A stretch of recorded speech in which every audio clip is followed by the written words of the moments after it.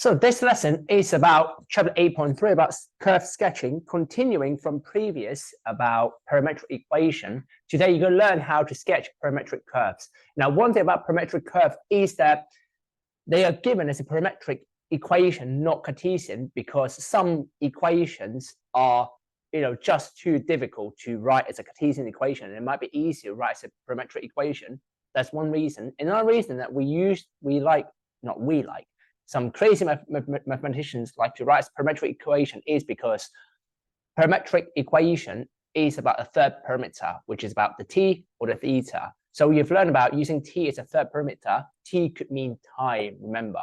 So if x and y represent the coordinates, then using t, that link between x and y tells you the position or the coordinates in different time. So without using a time as a parameter, or without using parametric equation, then you can't have a third variable or third parameter that affects the x and y. Okay, it's like, for example, or let's say if you say, for example, if x is the happiness, okay, or how happy you are in life, and then y is how much time you can spend, okay, how much time you've got, okay, to spend whatever you love doing.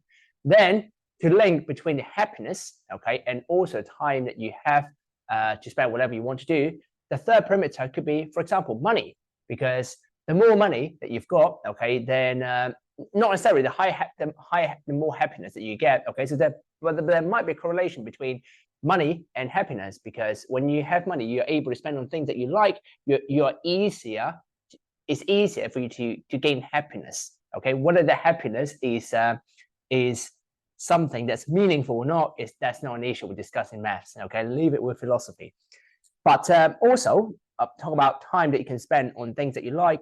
The more money that you've got means less likely you have to work on something that you don't like. That means more time for you to work on things, or to do things that you like. So a third parameter, okay, so you can see how we can really having a third parameter actually will mean something in the modeling question. But obviously that's more with life that we're not talking about in here. So let's come back. I'm drifting too far. So what we're today learning is about sketching parametric curves. And one thing you have learned about parametric curve is you have to be mindful of their range and domain, okay? Because by limiting the range and domain means we're not sketching the whole thing necessarily. So that's the tricky part about curve sketching in parametric equation. So the strategy for sketching parametric curve is to convert the Cartesian equation and hope this is a form that we recognize. So if you have a highlighter, highlight this. So most questions will ask you to convert into Cartesian equation first, and is something you should be able to recognize, and you can sketch it, okay? Now, however, in some harder question, which is probably not in level maths, in high level maths, some cannot be turned into a Cartesian equation very easily. For example, you've got x equals theta cos theta, and another equation y equals theta sine theta. This is what we call a parametric equation, because the parameter in here will be a theta.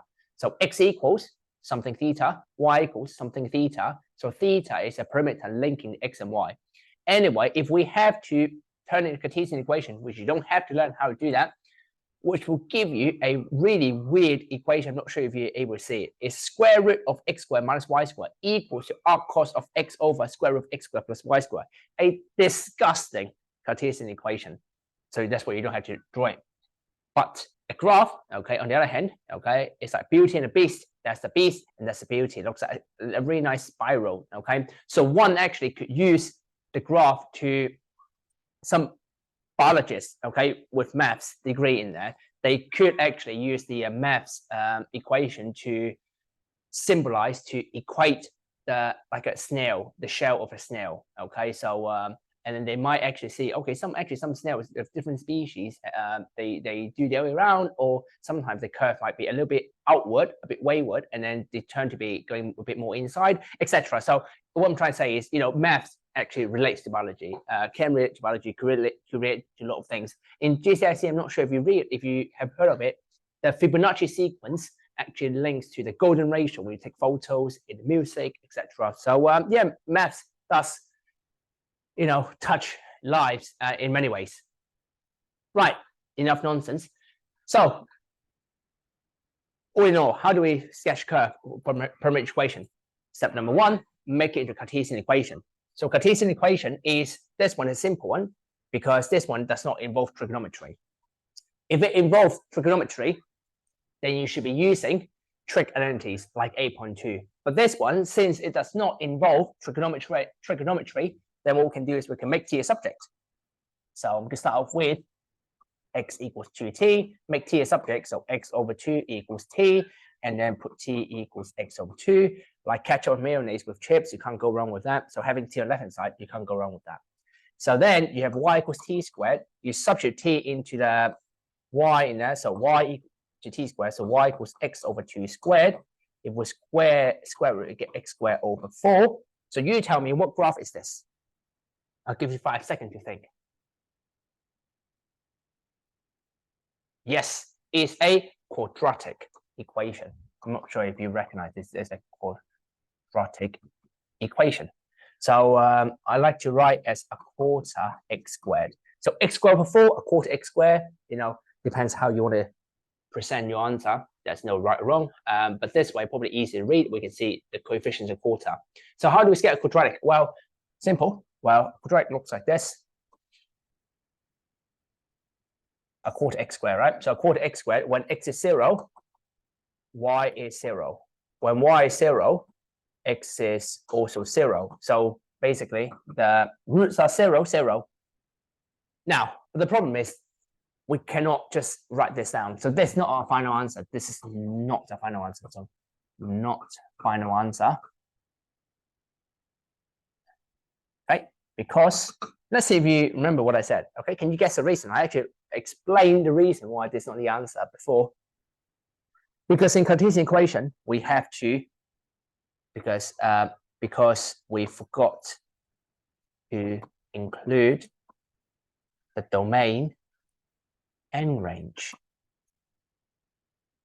So when we sketch a parametric equation, you have to be particularly careful with the domain and range. So t equals -1 to 5. So let's find out the domain and range.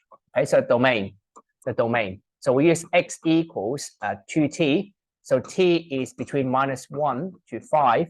So when we put in -1 in there, so x equals, when t equals -1, sorry, when t equals to -1, x equals 2 times -1, which is -2. When t equals 5, x equals 2 times 5, which is 10. So it means the minimum point of x is -2 and the maximum is 10 on x. In other words, we can only sketch from a -2 to 5. Okay, now let's do it for the range as well. So what about the range? The range, we use y equals t squared -1 t to 5. Now, what do you think of it? What's the minimum value? Now, t is between -1 to 5, so you can include all the numbers from -1 to 5 for t. What value of t, if you sub in to this equation, y equals t squared, will give you the minimum of y? What value of t we sub in so that the value of y is minimized? The answer is 0.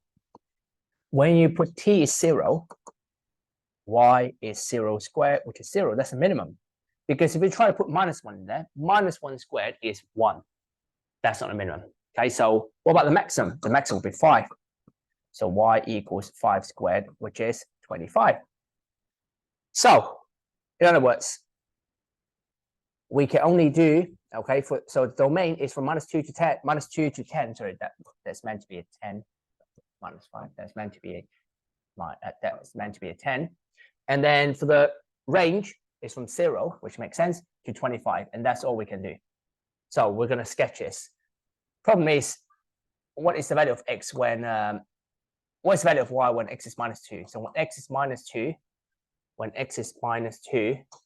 so when x equals -2, y equals to x squared over 4. So x squared over 4, which is -2 squared over 4, which is 1. So that coordinate is -2, 1. So we work out that point -2, 1. Next, what about when x equals 10? So when x equals 10, y equals to 10 squared over 4, 100 divided by 4, which is 25. Perfect. So 10, 25, that's that point there. So we can now, okay, sketch a final graph. So the final answer is like this. That's the final answer. Okay, so the final answer is that now we can't sketch the whole graph. All we can do is we can sketch this -2, 1, all the way to 10, 25. And that's all we can, and that's the final answer. Okay. So when you do the exercise, when you do the practice question, now they could ask you to draw many graphs. Could be a cubic, could be a quartic, could be a reciprocal graph, could be a circle. But be mindful which part of the graph. Remember, in parametric equation, you cannot sketch a whole graph without taking the domain and the range into account. So repeat the step again. To work out the curve sketching of parametric equation, turn a Cartesian. After turning Cartesian, you figure out what kind of graph is this. And the next, work out domain and range, and then eliminate the part or only draw the part that's included in the domain and range. All right. Before I let you go, in chapter 8.2, we're sort of touching to that concept a little bit before. In part B, when we're asked to sketch a curve of this parametric equation, we've worked out in part A where the equation actually is also quadratic. But because the domain we've worked out was x belongs to all real numbers, that means we can sketch a whole value. We can sketch a whole graph. Okay, but unlike this one, the recent example we did, the domain is not all real numbers. The domain is just from -2 to 10. So -2 to 10. Okay, and that's the answer. Oh, I forgot to label it. All right, so that's a very short lesson, but the graph sketching, you need time to practice it. All right, so that's the end of the lesson. Lucky you for this lesson.